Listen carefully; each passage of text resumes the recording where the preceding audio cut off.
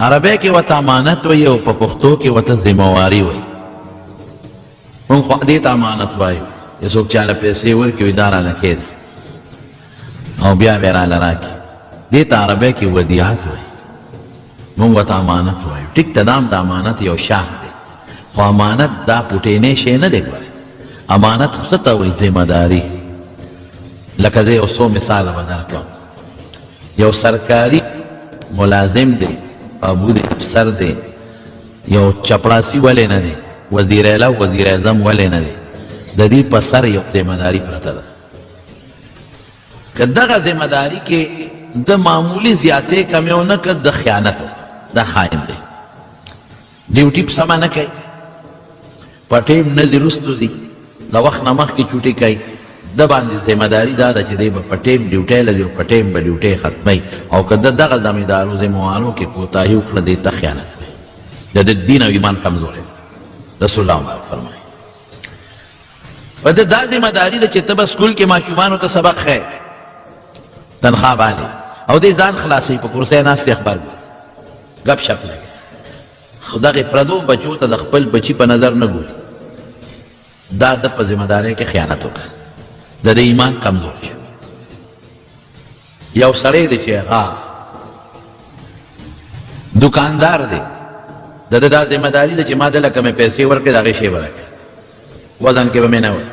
پوره به راکړې. او ایک نمبر شی غواړم ا به راکړي، 2 نمبر به نه راکړي. او که د وزن کې ووالم او یې د ایک نمبر په دی 2 نمبر څه کې 3 نمبر راکړه، 2 نمبر راکړه، د خیانت دا ایمان لمن دا امانت له، د ایمان دا ختم. د ایمان چې کومه مضبوطه ډیره ده او د ایمان کوم لوی چار پیچل دی او قلا ده، هغې قلا نه د ځان وایستلو. دا نه چې دی کافر شو، خو د ایمان ثمره، د ایمان میوې، د ایمان خوشحالی چې په قبر کې او په آخرت کې میلاویږي د هغې نه محروم تباهي شو. دا قرنګې زمیدار دی، د سودا سلب بازار کې خرڅوي، ګوړه خرڅوي، واچوه پکې رنګ کاټ، خړې واچوه چې سپینه شي ښایسته ښکاري، واچوه پکې رنګونه، واچوه پکې چینو بوری. چینی خو بازار کې خرڅېږي، د چیني نه الم زه خو ګوړه دا ټول خیانت. پکې ګو بنه دا دوکه ده. من غشنا دا 2 نقصان او دوکه وکړل. من غشنا فلیس منا، چې زما امت سره ټګي وکړه، زما چې کوم دایره ده د سنتو بس هغې نه سر ورویست. خبره خلاصه شوه چې پیغمبر وی لیس منا معنی نه دی. لیس منا زه څه کوي چې زما کومه ډله د هغې نه دی، نو زه پکې ور دننه کولی شم؟ نه. نو یو خیانت شو، ټګي شوه. زه ګوړه علم، د چیني نه علم، ته چیني ولی شي؟ په دې پیسو حج هم دی، په دې پیسو عمرې هم دی، دا پیسې خورې او په دې ځان ته حلال خور هم وی؟ نه نه، حلالي نه دی، حلال خور نه شو. رنګ کاټ ولی شي؟ وی ما ته یو کس ما ته وی ویره مونږ ته هغه د منډۍ ټیکهدار وی چې اچوي. منډۍ ټیکهدار په تا ګناه کوي، ته به ګناه کوي. منډۍ ټیکهدار به په ګرانه خرڅوي که نه، په رنګ بدلولو به یې خرڅوي، تا به یې خرڅوي، په ځان به یې خرڅوي، ګناه به نه کوي د چا دپاره. دا خیانت شو، ټګي شوه. یا سودا خرڅی لاندې دې واړه ګیر کړي، بره دې پې غټې ښودي. ګاډۍ باندې ټماټر پراتی، نیمبوان مې اخېستل، مې هلکه 2-3 ګډې راورته مې او خوشو لوی شیخ الاسلام ګیرې د ما د ګیرې نه 15 ګزه اوږده وه، ښه لوی شیخ رانجې مچ وې. مې هلکه نیمبوان مې په څو دې وي په دې؟ مې ښه 2 ټکې مې ورسره نه دی ویلې چې بل ارزان باندې مې واچوه، 1/2 کیلو واچوه، زرې لاندې تله مې لاندې څه کې رنډۍ راکړې، په دا د خوراک کې دا خو سوبې دی، دا بره وي دا لاندې به په چا خرڅوم؟ ما ته وایي دا لاندې به په چا خرڅوم چې دا بره تاله درکوم؟ نو مې دا بره دې پې غټ ولی ګډ وډ به دې چولې وکړ. دا جواب شو، لاندې په چا خرڅوم؟ مه راوړه چې نه خرڅېږي، چې څوک یې نالي مه راوړه، څه شي راوړه. وایي ښه بیا څوک نالي مې چې نالي بل تالو ورکړو، حرام کې بره غټ لاندې واړه. رسول الله مبارک دا چل مونږ ته نه دی ښولی. بازار کې روان دی، غله پرته ده، بره اوچه ده، لاس یې ورکړې لاندې لامدو بره اوچوه. ما هذا جان دا څه دي؟ لامدو دا مې لون شو، لون چې درونی که نه، دا څه دي؟ وایي صاحب باران پې شوی دی. باران په سر کېږي که په ځمکه لاندې کېږي؟ باران والا خلکو ته ولې نه ښایي چې دا به لامدري؟ لامدو ښایي به د هغه خوښه ده که لامداري وکړه؟ خیانت، ټګي. یو شی نه دی یو خفه کېږه ما روانوم لنډي کوتل ته زما د نظر خوار څه تېرېږي ما ته خو مسالې جوړې شي بیا وایم د ټویلېټ ټرکونه ولاړ صاحب او بمبې یې ورته نیولې وې او بره یې پرې اوبه اچولې هلکه دا اوبه مې دا به پرې اور لګېدلي په دې ټرک اوبه به پرې اچوې هلک نه مې تپوس وکړه دا څه کې وینه دا دلته کې دا پښې لګېدلې دی او چې ټرک د کویلې دي دې پرې پاسه اوبه اچوي مې دا پرې ولې اچوي یاره وایي مونږ ته یې پته نه لګي مې د دې پته به زه لګوم چې پته مې ولګوله وي دا وزن زیاتونه سینجي له ورشه په لینډ کې به ورته ولاړې او چې کله د نمبر راشي نو دې به درته شپږو سوو سینجي اتو سوو به درته اچوي نو رو رو به روانې رو رو پریشر کم دی اوس به وي تیز شي هلکه پریشر کم دی ماله ولې اکسیجن ټوله چې هوا خو ما سره خپله شته که نه زه خو ګیس غواړم نو چې 400 ته ورسېږي نو دې اوس ګیر واخېسته لږ اوچت شي نو چې هغې نه زیات شي 500 نو بیا بل ګیر والي نو هغه د 50 پورې ته سوچه واچوي باقي ټوله ته ټګي واچوي زه حیران په دې یو ته مې ویل ولې دا تاته پته نه چې ټګي ده وایي شیخ صاحب ښه راته پته ده نو مې ولې کوي مالک وي نو مې آخر مالک نه خرابوي دا به د قیامت ورځ نه راځي الله ته به نه ودرېږي ګټه مالک یې وړه آخر تا خراب وایي څوک مې مه کوه دا مزدوري بل دی کوه دیالي کوه حلال کار کوه حرام ولې کوه دا ټول خیانت دی خیانت یوازې دې ته نه وایي چې ما پیسې تا سره کېښودې او تا رانه ووالې نه هم دی دا خیانت شو 1 نمبر په دی 2 نمبر مال ورکول او چین والا ته دا خبره کول چې ماله ارزان نه ارزان شی جوړ کړو ټاپه پې ولګاو د میډ ان انګلینډ میډ ان جاپان هم را پورې ټوکې کوي هغې وایي د چین تاجر وایي د پاکستان مسلمان راشي وایي را باندې خراب نه خراب شی جوړ کړي ارزان نه ارزان او وایي ټاپه پې ولګاوه چې دا جاپان کې جوړ دی میډ ان جاپان ټاپه ولګاوه چې میډ ان جرمني کې جوړ دی دا ټاپه ولګاوه موږ خو چې څه وایي هغسې ورسره کوو د ډوډۍ وخت چې لکه راته موږ سره ډوډۍ خوري ستا ډوډۍ ارامه ده نه خورم د 50 روپو روټۍ ارامه ده نه خورم او دا د 2 کروړ شی چې را باندې ارام جوړ کړو دا جایز دی د خلکو د خندا دوکې ټګي وخت کې خیانت ډاکټر صاحب له چې ورشي مور مې ناجوړه د غوا غریب خرڅه کړې د غوا غوی خرڅه کړه پیسې کم دي غریبانان دي باندېسیان دي زمیندار دي مور ناجوړه ده ډاکټر صاحب دا مور مې راوسته مور ته رستو ګوري او دې ته جیب ته مخکې ګوري اولی کې ورته ایکسرے نو الټراساونډ نو ټیسټونه نو پلانکې نو چې هغه لاړ شي واپس راځي د غوا پیسې په هغې لاړ الټراساونډ باندې ضرورت نشته ظالم ولې نه کې ایکسرے ضرورت نشته ولې نه کې د ټیسټ ضرورت نشته ولې نه کې او که ضرورت یې ولیکه بیماری بغیر د هغې نه معلومېږي نو بیا ولیکه او چې بیا دارو لیکي دارو درته کوم لیکي د ښه کمپنۍ دارو دا به تا ته په 1500 میلاویږي ظالم کې درته ولیک په 3 زره بازار کې کمپنۍ والا هغه موټر دی کمپنۍ والا هغه ګاډي کمپنۍ والا هغه کور دی کمپنۍ والا هغه بوزي مری ته په آباد کې په هوټلو کې ډوډۍ خوري چکر یې پیدا ډاکټر صاحب ما خپل نه ما خپل پیس واخیستو دارو مې ولیکل ظالم چې د 500 روپو په دارو جوړې 2000 ولې لیکي خپله لور نه لرې خپله خور نه لرې نن ستا قلم دی ستا د پاسه د رب قلم هم شته ته خو نن لګې لاس کې د زور دی پوهه خدای درکړې ده او قلم چلی نن ستا قلم کې بالکل طاقت شته دا منم خو ستا د دې قلم نه علاوه ستا ښي طرف ته فرشتې ناستې د هغوی سره هم قلم دی ګس طرف ته ناستې د هغوی سره هم قلم دی هغه هم لیکي ستا را به ختم شي نه ختمېږي ووجدوا ما عملوا حاضره قیامت پر ورځ به حاضر پرت وي حلال کار کوه خیانت مه کوه روزي چې کومه مقرر ده به خدای درکوي مور ګېډه کې انسان پروت دی لا دنیا ته تشریف نه دی راوړی او فرشته الله نه تپوس کړي الله من رزق رزق څومره دی څو لیکم مل اجل کله به مري لا راغلی دی دنیا ته سترګې دنیا کې نه دي غړولې د دنیا باد پې نه دی لګېدلې روزي ولا خدای مخکې لیکلې ده نو کم بخته ده خدای په دې لیکلو ایمان ونه راکړي ولې ټکي کوي یو سړی دی نیک سړی دی ابن عقیل مکه مکرمه کې پروت دی مکه کې پروت دی او خپل عبادت کې څوک یې نشته نه رور شته نه خور شته نه پلار شته نه ښځه شته نه بچي شته نه تربوران بس تللی دی مکې ته بس په مکه کې اوسېږي د الله عبادت کوي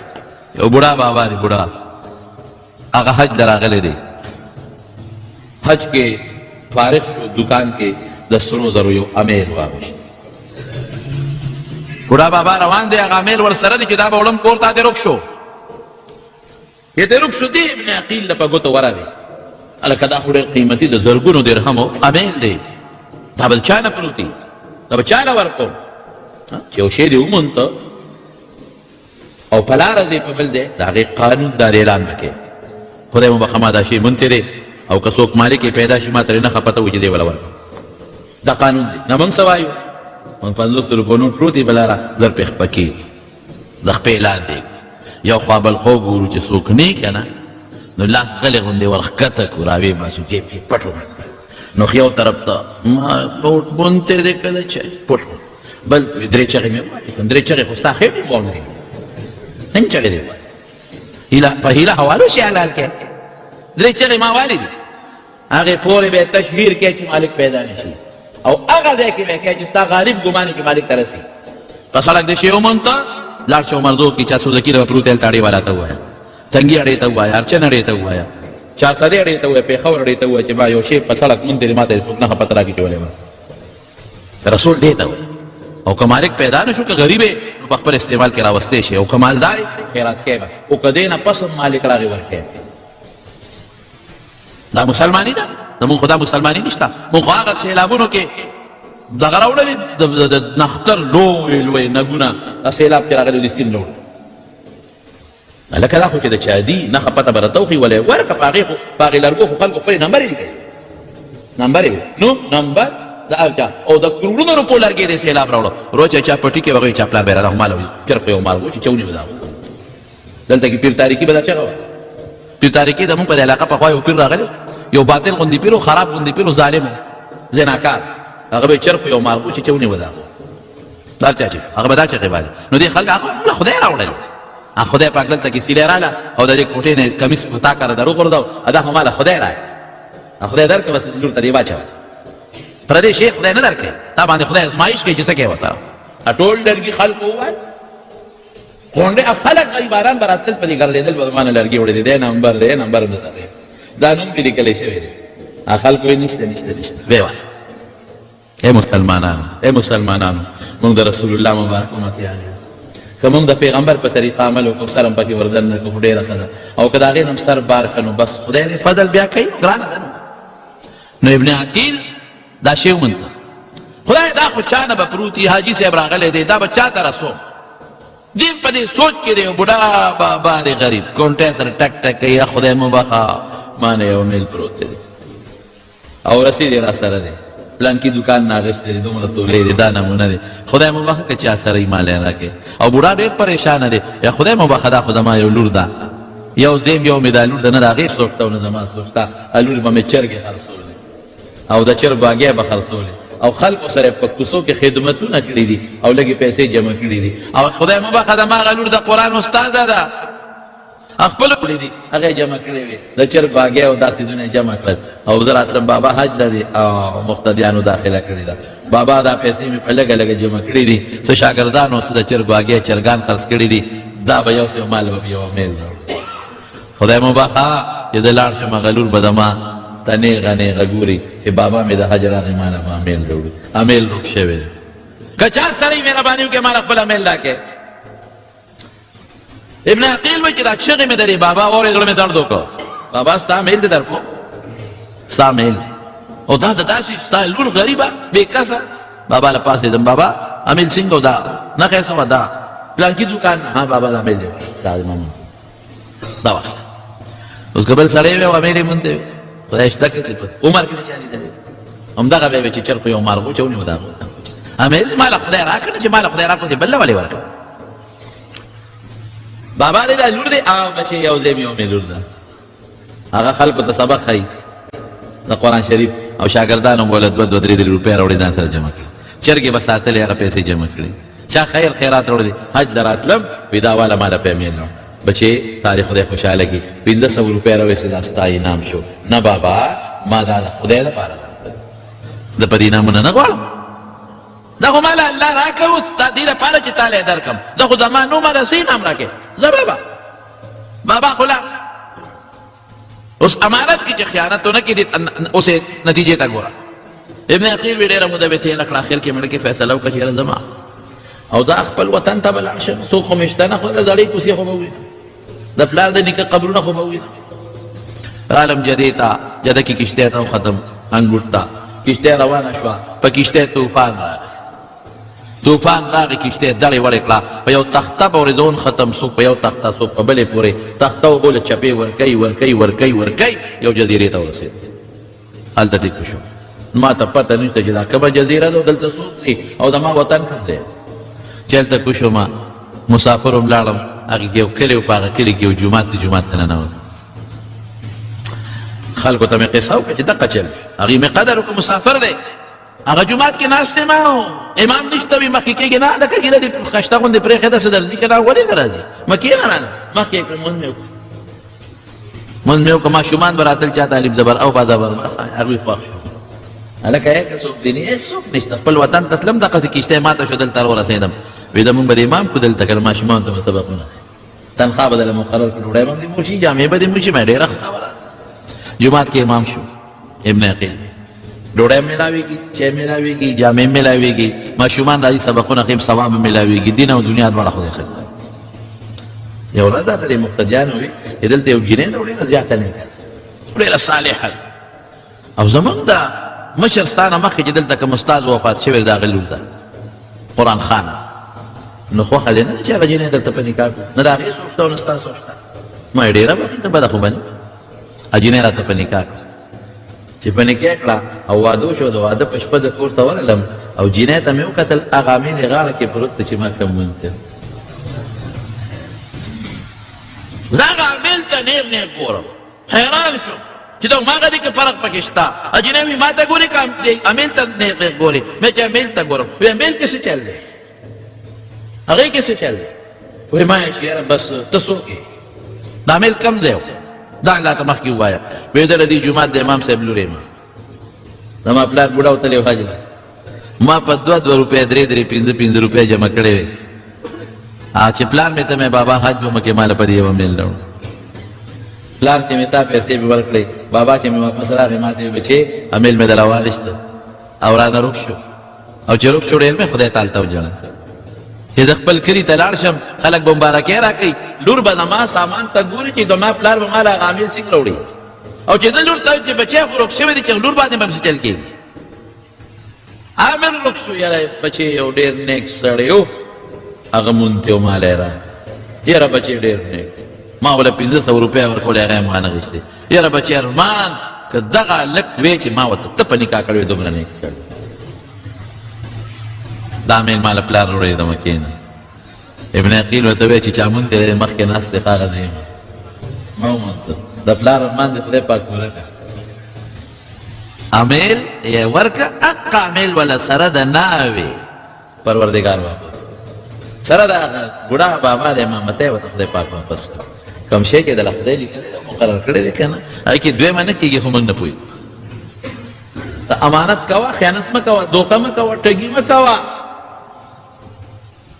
ته ګوره چې کوم روزي تعالی خدای مقرر کړی دی چې هغه درته درکوي او که نه ده توره به یې دله خدای پاک ډیوټۍ کې به ټګي نه کوي اخیستلو خرڅولو کې په وزن کې کمې زیاتې ډده کې وزن کې هم خلک کوي که نه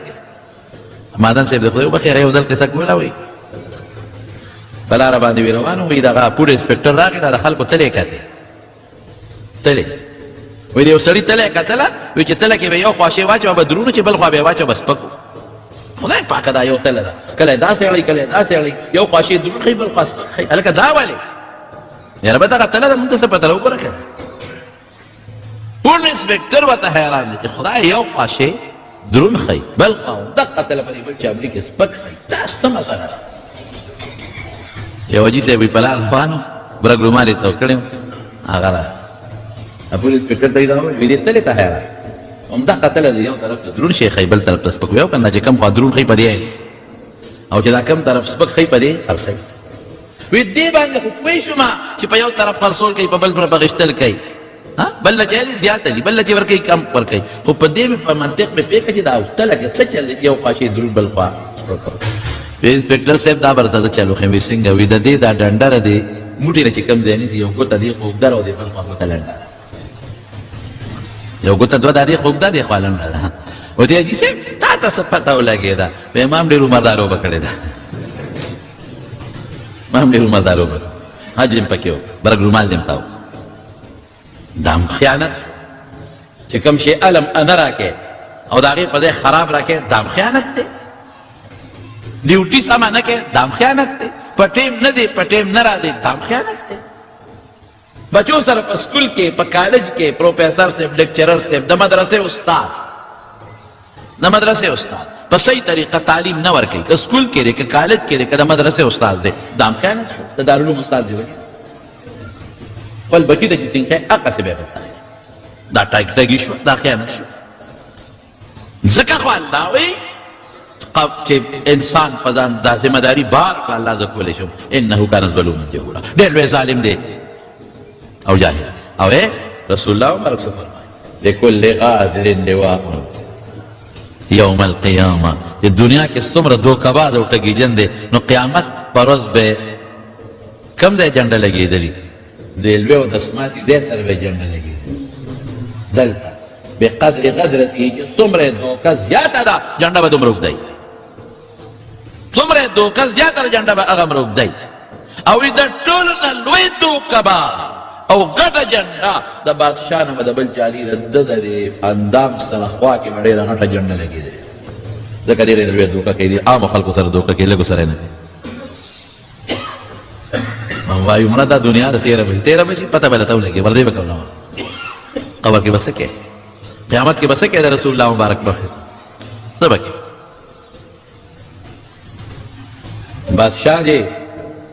بادشاه دی امیر دی یو غلام دی د غلام نوم مبارک دی مبارک ډېر نیک سړی دی او د دې بادشاه د امیر باغ دی دا مبارک د هغه باغبان دی د هغې نګران دی ناظر یو ځل د دې بادشاه میلمانه راځي نو میلمانه عموما چې دا چا راشي نو داسې بارې بنډې ته باغ ته بوځي پټو ته بوځي راځئ زما یو باغ دی هلته یې به روټۍ او چې په لاره دا بادشاه دا امیر صاحب دا میلمانه بوځي د خپل باغ صفت ورته کوي ډېر اعلی باغ دی قسم قسم میوې دي پکې انار دي پکې اوبه دي پکې چمن دی پکې په لاره صفتونه کوي او یاره صاحب زما د باغ چې کوم ناظر دی ډېر ښه سړی دی ډېر پوه دی باغ هم کامیاب کړی چې میلمانې بوتلل باغ کې کېنو بادشاه هغه مبارک ته وایي ناظر ته مبارکه انار راوړه اعلی انار روشو کوه هغه چې انار روشو کول او کېښودل چې په منځ یې مات کړل ټول تراو بادشاه لږ ملامته شو په ټول لار خو ما کمبخته ستا صفت وکړو منځ کې خو ته په اسم نه پوهېږې بیا ورته مبارک ول چې نور انار خواږه راوړه هغه نور شو کول چې راوړل بیا تراو مبارکه خواږه راوړه چې نور یې وکتل راوړل بیا تراول بس بادشاه خو لاړ عزت برباد شو چې ما خو ستا په ټول لار صفتونه وکړل او ته هماغه تراوه راوړې تراوه خوږ انار نه پېژنې تا څه کرلي په دې باغ کې دا تا خوراک له کرلي که ناداني لرې کرلي بادشاه غصه شو مبارکه ته انار خوږ و تریو پکې نه پېژنې چې هر وخت تریو راوړې وایي نه صاحب نه پېژنم وایي ته څه له دې باغ کې دی دی وایي څوکۍ دی څوکیدار دی ما ته دا وایه باغ کې وګوره بوټې وګوره کم پکې خراب دی چمن وګوره اوبه وګوره باقي خوراک خو تا دې له نه مقرر کړی چې ته د دې تریو خوږ څکه وایي تا ته پته نشته په دې باغ کې چې کم خوږ دی کم تریو وایي نه تا نه دي څکلی وایي دا جبې له مې نه دي دې ته امانت او نن سبا باغ مالک له به رستو راځي او خفه کېږم او د باغوان او د زمیندار د خپلوانو د هغه ترور او د نوسۍ او د کړوسۍ کورونو ته هم پیټې کوي ولې نه دا خلک مانه تمه کوي تا نه تمه کوي چې چا مالک د هغه نه تمه نه کوي جواز خو مونږ ځان له ګورو که په یو کې اوبه نه اچوي د ما د قسم په خدای که ما پکې اوبه اچولي قسم خوري نو ما کور تپوس وکړم تاسو وایئ چې په یو کې اوبه دي قسم خوري چې ما پکې اوبه وي ټیک دي که نه هغه په یو کې اوبه نه اچوي په اوبو کې پې اچوي اوبه مخکې بالټي کې واچوي میخه پې رستو لشي نو دې قسم به خوري چې ما پکې اوبه نه دی اچوي نو چې جانه په دې منطق پوهېږي دا کار دې کړی دی که نه شکر تره دې غم خلاص وي یو میخه دل اخیستل پکار دی بشیر جان ما ته وی مې ته چې نابینا وي ماشوم وي نو تا ما ته وی چې ته ماشوم ډېر روان وم وي دره ما مخامخ ناست دی وي دره کوټې وم وایي موږ کله څاروي وو وي دغه میخه ته وختم په سترګو خو نظر نه لګي او مور به مې رامنډه کړې مې میخې لته ماته نه درکړې وي قسم دې کې راته راکړې میخ خو میانځ کې به ګرځېدم د پاسه پې وختم مې ته د هغه وخت نه پوره شوی وي او مې خو هم پېژندلی و چې دا معذوره دی دا چې لته مته وره مه ورکوه نو په دې هیلو حوالو حرام نه حلالېږي په یو کې مې واچول اوبو کې پې واچول په ډېر حرام نه حلالېږي نو چې هغه ورته تا نه دي سکلی وې نه او دومره حلالي د بادشاه پوزیشن وچت شو چې دې ته مزدور وایي دې ته ناظر وایي چې میلمانې رخصت کړل ورته وې مبارک ستا ډیوټي مې دې دی نه بدله کړه خپل محل کې مې ولیدل دلته ما نوره ډیوټي نه کړې دا د مسله داسې حلالي سړي خو ماله کور پکار دی زموږ حجره کې پکار ډېره ښه صرف تا نوکر یم چې کوم ځای کې راباندې خدمت کوې هلته حلالي کور کې خدمت کوي په حجره کې خدمت کوي او واقعي حلالي نوکر چې دی که نه ثواب یې ډېر کېږي رسول الله مبارک فرمایي یو سړی دی مالدار دی خزانې والا هغه یو سړي ته وایي دا روپۍ جومات کې ورکړه دا 50 روپۍ چې دا سړی چې دا کم نوکر دی چې دی دا 50 روپۍ د خپل مالک په حکم په هغه طریقه ورکړي چې څنګه ورته مالک ویلي دي چې د مالک څومره ثواب کېږي دومره ثواب به الله دله کړي مفتو کې ثواب کېږي او که نه ورکړه څه پیسې به دا 50 جومات کې ورکړه دی دې بیا جومات ته وایي یې کې واچي به زما هم ضرورت دی خپل جیب کې وایي ناچم جومات ته مدرسو نه هم خلک لاګوي بهر کې زمارونو یو ځل بچیم خوشحاله دي ښځه هم خوشحاله ده دا امیر صاحب باغ کې په خپل محل کې ناست دی ډېر خفه پریشان مبارک ورته ورغی امیر صاحب څو ورځو نه ته ډېر پریشان یې زه تا وینم ولې خفه یې څه چل شوی وی مبارکه زما یو لور د هغې پریشانه کړې خیر دې څه پریشان یې وی تا ته پته ده زما لور د تا لیدې ده په کور کې ښکلې هم ده هوښیاره هم ده او د هغې رښتې خلک غواړي بادشاهانو بچي غواړي مالداران یې غواړي زه په دې سوچ کې یم چې دا لور چاله ورکړم د دې لور ټینشن اخیستی یم خدای که هغه له ورکړم سبا خفه ني هغه له ورکړم سبا خفه ني هغه له ورکړم هغه یې ونه وایي ما ته یې نه راپرېږدي نن سبا خو دا ظلمونه خلک کوي نو په دې پریشان مبارک ورته امیر صاحب زه درته یو فارموله وښیم دا پریشاني مې دې ختمه شي وایي څه فارموله وی امیر صاحب په دې ټولو رشتو کې چې دا څوک ستا لور غواړي نیک سړی وګوره دیندار مال ته مه ګوره هغه دیندار دی چې دیندار دی د خدای نه یېرېږي ستا لور به ورسره خوشحاله جګړې به ورسره نه کوي تا نه به یې راولي کنځل به نه کوي کور کې به یې دیني مونځ به یي تلاوت به یي ذکر اذکار به یي او که بېدینه هلک له دې ورکړه نو دوزخ به یي هغه بېدینه د خدای په حق نه پېژني د سخر حق څه پېژني د ښځې حق څه پېژني مونځ به نه کوي کور کې بېدینه وي بچي به بېدینه لویږي دیندار له ورکړه بچي که خدای ورکړه به هم دیندار وي زوړ به دې هم خوشحاله ته هم خوشحاله یاره مبارکه خدای دې خوشحاله که تا خو مله ټینشن ختم چې امیر صاحب کور ته لاړ ښځې ته وایي ښځې زما پریشاني خو هغه مبارک رانه ختمه کړه څنګه سړیه نو بس هغه راته وایي چې دا رشتې چې څومره راځي دي کې دیندار وګوره چې کوم نیک عمل او صالح یو دیندار یو پرهېزګار بس هغه له یې ورکړه د جینۍ ژوند به هم خشته خوشحاله به وي موږ به هم خوشحاله نو ښځې مې ورته وایي چې صاحب دا خو ته ښکلې خبره کړه اوس به ځان ته دا ټول هلکان معلومات به وکړو چې څوک یې غواړي چې کوم دیندار وغیره به ورکړو دا خاوند دی چپ دی امیر صاحب لږ ساعت تېر شو یاره وایي ښځې زما پکې یو کس خوښ دی یو ډېر زیات نیک دی هغه له به یې ورکړو وایي څوک بیا مبارک دنه نیک بل نشته هم دله یې ورکړو ګوره امانت ته ګوره انار خو نه شو خیانت خو نه کوي تګي نه کوي غلا نه کوي اوس یې نتیجې ته ګوره ښځې مخ څپېړې وایي دا نوکر خلک وایي نوکر له یې ورکړه وایي نور به پلت پلت نه کوي خبره زما اوس تا یوه ده چې دیندار له ورکړو د مبارک له دیندار هلک له نشته زما دومره زبردست امانتګر انسان دی چې زما په باغ کې انار قدرې نه دي ساتلي ده راوړه جینۍ نه تپوس وکړو دا د شریعت مسله هم ده کله چې لور خور ورکوې نو جینۍ سره د مور لږه سلا وکړي ګورې بعضې وخت کې د جینۍ ولک نه خو په زور یې وله دا خلک ورکړي چې په زور یې ورکړي سبا یې دا مږو دارو خوړل او هلک له هم چې جینۍ کوي نو تپوس مشوره ورسره کوه بعضې پلار د زوی سره مشوره نه کوي او د زوی نه مشورې نه بغیر بله جینۍ او تی نه مې ده خوښه مې کوه مې کوه مې کوه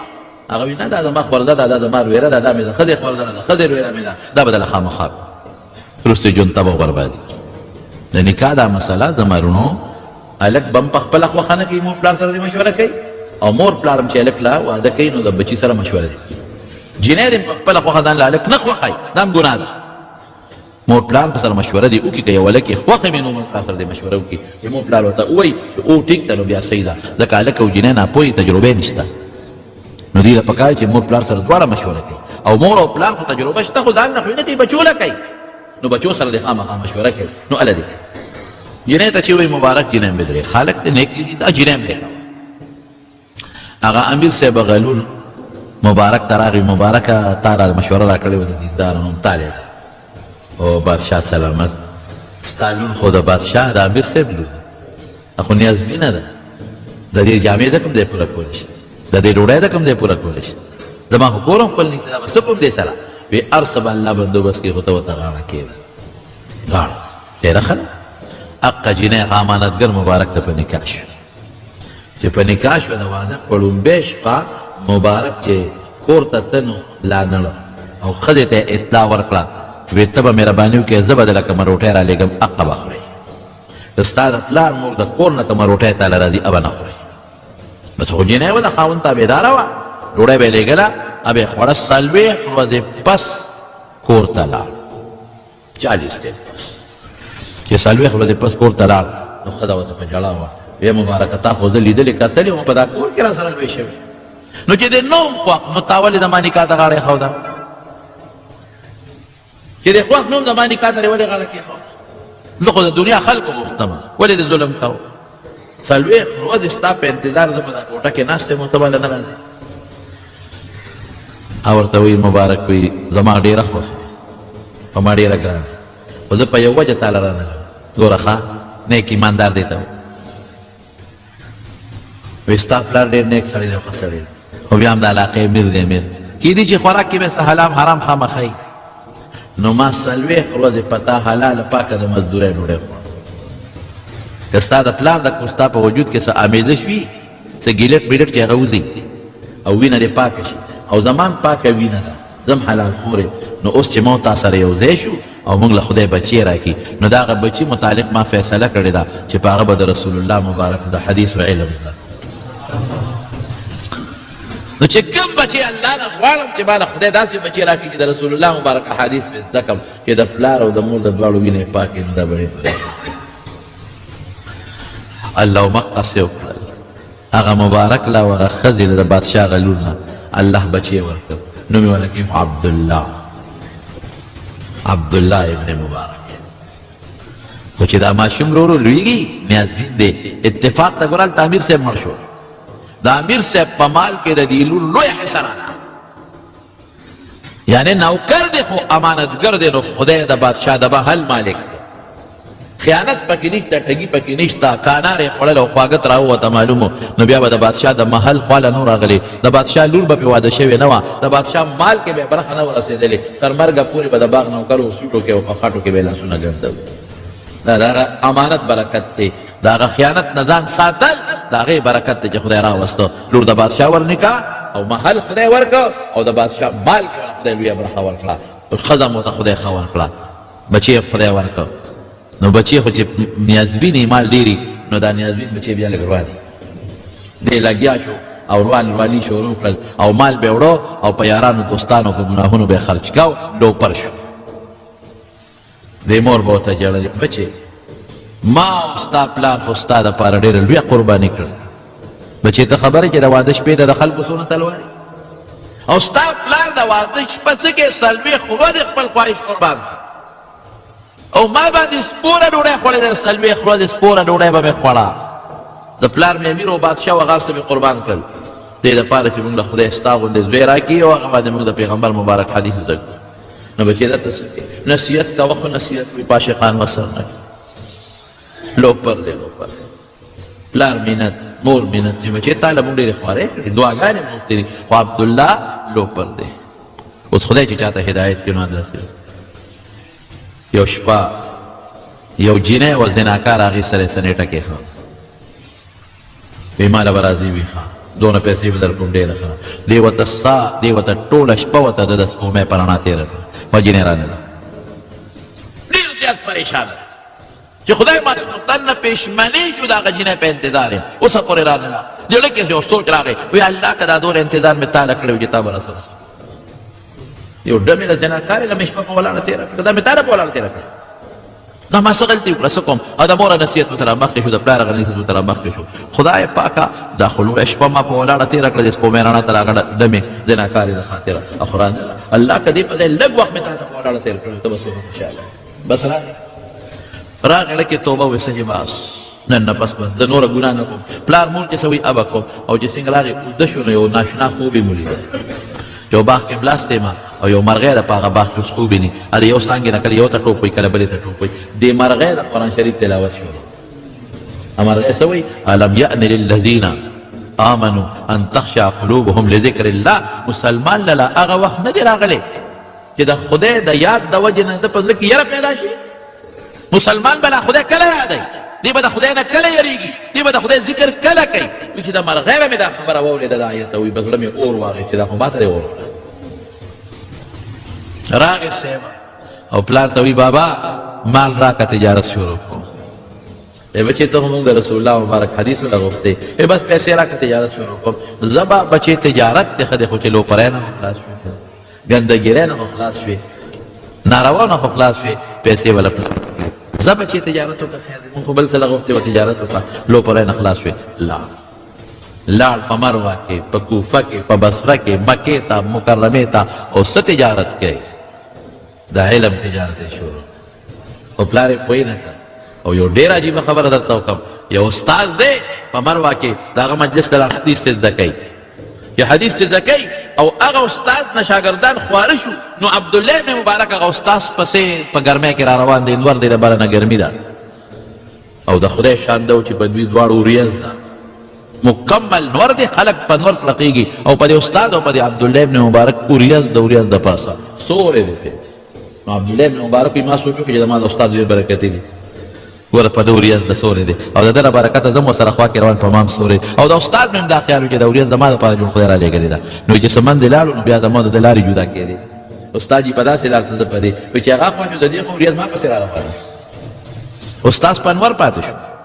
استاد را منډې کړې بچې ما خو که د ریاض ما سره ځي د سورې په ما دی دا خو تا باندې روان دی هله ما ته هغه عمل وښایه چې څه عمل دې کړی دی چا به دا عمل ما ته وښایه زه خو د رسول الله مبارک احادیثو کې لګېږم ته مې شاګرد دی ما ته هغه عمل وښایه وی استاد جي د ما خو هېڅ عمل نشته وی نه څه به وی دقه یو عمل مې دی چې بېګا مې په سچ الله ته توبه ایستې ده په سچه توبه وباسې هغه ټول لوپري او هغه ټول ګناهونه هغه الله معاف کړل وړه کې مې دا سوچ وکړه چې پروردګاره یو ډمې ته مې ټوله شپه په ولاړه تېره کړه ربه که دا مې تا ته په ولاړه تېره کړې وي پروردګاره څه خبره د دې وجې لاړ وګرځېد اوس ډېره موده پس راغی کور ته او چې راغی اوښان بار دي او د پاسې به تارپالونه چوړي دي پلار ورته راغاړه ورته او کور ته اوښان دننه کړل پلار خوشحاله و چې بچي مې جوړ ګټه ډېره کړې ده وی بچې څنګه تجارت دې څنګه و وی بابا دا ټول ګټه ده دا چې اوښانو څه بار دي که نه دا ټوله ګټه دونه ګټه مې کړې ده او بچې شکر چې تا نه خدای سړی جوړ کړه چې تارپالونه یې لرې کړل د اوښانو نه څه کوزوي د دین کتابونه کوزوي کټونو کور د کتابونو ډک ای بچې دا دې د تجارت د کتابونو کړی دی کتابونه دې واخیستل نه بابا تجارت مې د محمد مصطفی د حدیثو کړی صلی الله علیه وسلم لاړم زده مې کړل حدیث مې زده کړل بیبی او بابا چې څه له غوښتې وم په هغه ارمان خدای د هغوی پوره کړ وګرځېدم مکه مدینه یمن شام کوفه بصره او د رسول الله مبارک حدیث مې زده کړل او مېړل پلار ډېر خوشحاله دی ډېر چې زر اشرفۍ وله راوویستې وی بچې په دې تجارت کې دې کمي وي دا پیسې وله نه پوره کړې لاړ بیا وګرځېد خدای د هغه نه څوک جوړ کړل عبدالله ابن مبارک امیر المؤمنین فی الحدیث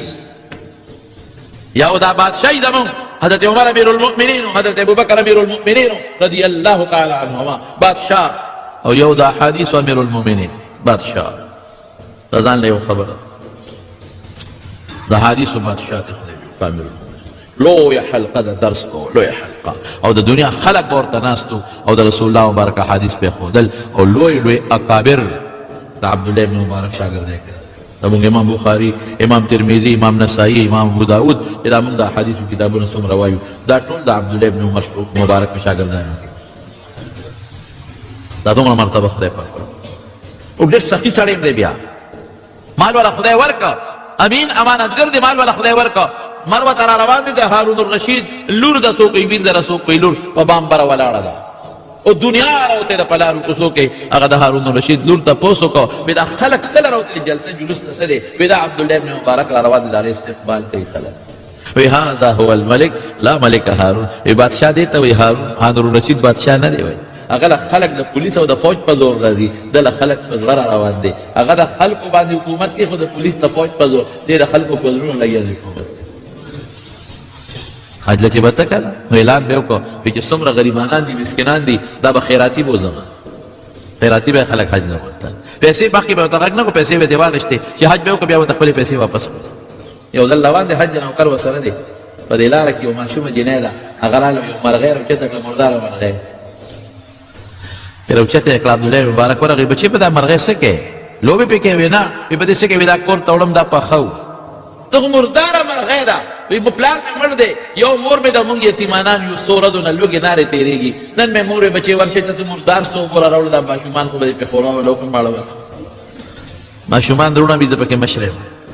خوراک درک نه لګي خپل سیکرټري ته وی دلته راشه وی د واپس د مروې پورې زموږ د کوره پورې څونه پیسې لګي وی دومره وی چاته غږ مه کوه باقي پیسې را قافلې ورته وی څه کال زه معذور یم حج نه ځم تاسو ځئ او دې د حج نه پاتې شو د حج هغه غونډې پیسې را واخېستې صرف د کور د تلو کرې ته ځان راکړه ټولې هغه ماشومې له ورکړې زه بچې دا دې مور له ورکړه دا ستا او ستا د بچو زه کال به حج نه کوم ډېر هم کړي دي په دغه شپه د عرفات په شپه یو سړی دی یو حاجي خوب ویني د عرفات په ورځ د مزدلفې په شپه خوب ویني چې لوی میدان د حساب کتاب لګېدلی دی او رب العالمین ته فرشتې پیش کوي چې دا دومره خلک حج ته راغلي دي دا دومره دنیا یو ځای بل دی نه رب ذوالجلال وی د دې ټولو حج څه کال نه قبلېږي سور نشان مې پراخ دا خطر نه قبلو بس فرشتې خو غږ نشي کولی چې ولې نه قبلېږي نه نه د دوی نومونه روان کړه ټولو دا حج کال نه دی قبل لږ ساعت پس رب العالمین اعلان وکړ وی یاره زه قبلومې ولا د یو کس ته بهه چې هغه سخت کال راغلی نه دی په خپله خو د هغه د مخه د دې ټولو حج مې قبول کړو هغه څوک دی عبدالله ابن مبارک پلار امین و خیانتګر نو تګیجن نو امانتګرو الله ولا بچې کوم ملغلره ورکړه مال دولت لور بادشاهي څه ورکړی پاک زموږ د خدای باندې یقین کمزور موږ وایو که دا پردی جیب هم ښه نه و بېګاله به نار بل که دا سودا سلف کې دوکه ونه کړه مونږ بچي به د لوږې مړه شي مونږ به د لوږې مړه شو د تیلو په پمپ کې غلا کوي ور ټول نه یادو الحمدلله نیکان هم شته نیکان دوکانداران هم شته نیکان نوکر پیش هم شته صالحان هم شته دیندار هم شته ټول نه یادو بعضې تله هلته هم تله لګېدلې ده هم درته چې څوک پکې پوره مچ دا ټولې دوکې دا کې دا روانې دي یو ټیکادار چې هغه ښه شی نه لګوي په سړک کې په روډ کې دام خیانتګر میټیریل خراب لګوي دام خیانتګر دی او که یو دیاړي دی دیاړي مار چې هغه خپله دیاړي کوي د روزمره 500 روپۍ ګټي او دیم ډیوټي سم نه کوي دام خیانتګر دی او که یو ګیل کار لګیا دی او دی په 1000 روپۍ روز خپل کار کوي او دی پکې ټګي کوي دام دی یو خبره نه دا خیانت څه ورکوټې خبره نه ده امانت سره کوټې خبره نه ده الوی سنج لري ډېر خلک په ایمان کې خیانت او کافر دی ایمان نه وایي لا ایمان لمن لا امانت له ایمان کې عقایدو کې خیانت کوي الله یو غني صرف په خوله په عمل کې د خدای سره شریک پیدا کوي باران د خدای نه نه غواړي بچي د زیارت نه د ایمان کې ټګي شو رزق د زیارت نه غواړي د ایمان کې ټګي شو روغ صحت د بابا نه غواړي د ایمان کې ټګي د خدای خطرناک ټګي نو ټګي به په مانځه کې ټګي شروع شوه رسول الله مبارک فرمایي د مونځ غل غلا د مونځ غل څوک دی غټ غټ ټکي راغونډوي او او ټونګې لګوي او پاسي مونځ کې خیانت په صحیح طریقه مونځ نه کوي زکات کې ورکوي او ریاکاري پکې زکات کې خیانت روژه چې نیسي او خلکو ته نن مې 3 روژې ونیولې پر ورځ داسې دا د ما روژې یو خو هسې څوک درته رخصت وکړي چې ما سره روټۍ وخورې زما روژه نه خیر دا جایز په شریعت رسول الله مبارک په خپله یو ځای کې مېلمه شوی امام بخاري پې دا باب لګولی دی که یو سړی مېلمه شي یو ځای کې څوک چې اوس که روټۍ وخورو دوی زما روژه ده دا ریا نه ده دا به هغه سړی خفه کېږي کور به چې زما روټۍ ولې نه خوري ودې وایي خیر زما روژه ده نه نه خلکو ته دا اوري چې زه دومره لوی روژه دار یم دا په روژه کې ټګي غیبت په روژه کې کوې دروغ په روژه کې وې دا په روژه کې ټګي نو یو شي کې ټګي نه یوازې دا نه چې په ودن کې ته ټګي کوې په مونځ کې عباداتو کې هم خلک ټګي کوي خیانت پکې کوي هغه الله سره خیانت نو رب العالمین فرمایي چې خیانت به نه کوو او رسول الله مبارک هم فرمایي خیانت به نه کوئ کومه ذمهداري چې په کوم سړي پرته ده هغه خپله ذمهداري پوره کوه دا غټ امانت دی ما کې هم دا کمی شته په تا کې هم دا کمی شته ملا کې هم شته شاګرد کې هم شته چا کې یو چا کې بل چا کې لږه چا کې ډېره الله نه به سوال کوي چې خدای پاک موږ د خیانت نه وساتي خدای زمونږه د امانت زندگی نصیب کړي او چې کومې ذمہ دارۍ د الله زمونږ په سر پرتې دي یا الله چې ستا کومې ذمہ دارۍ زمونږ په سر پرتې دي خدای په هغه ذمہ دارو کې مونږ کامیاب کا خدای هغې کې د خیانت نه وساته او که د مخلوق ذمہ دارۍ زمونږ په سر پرتې دي الله هغې کې مونږ کامیاب کا د خیانت نه وساته الله راغلي مسلمانان ټول وبخه ګناهونه معاف کا پریشانونه وساته د دواړو جهانو خیر نصیب کا او د ډېر ملګري لرې لرې ځای نه زمونږ د منزل راځي په یو یو قدم والا خدای اجر ورکړي او ډېر دوستان زمونږ دا تقریر ګورې اوري ډېر ملګري اوري په بار ملکونو کې هغې غریبانان کله ګیله مو کړي وایي ته مونږ په دعا کې نه یادې یا څوک هم زمونږ دا بیان اوري په هر ځای کې چې دی الله هغوی له د دنیا او د آخر خیر ورکړي او چې کوم مسافر دي سعودي کې یو ځای بل ځای زمونږ دا بیانونه اوري هغه خواران ډېر نن سبا په دې پریشانۍ کې پراته دي د دې ویزو په چکرونو کې او د دې سفر په چکرونو کې خدای دې د دغه مسافرو مل شي او رب العالمین دې د سفر د مشکلاتو نه وساتي خدای دې په رزق کې برکات واچوي الله چې څومره بیماران دي ته وله شفا ورکړي قرضداران د قرضونو نه خلاص کړي او زموږ د حلال و فلاح روزي نصیب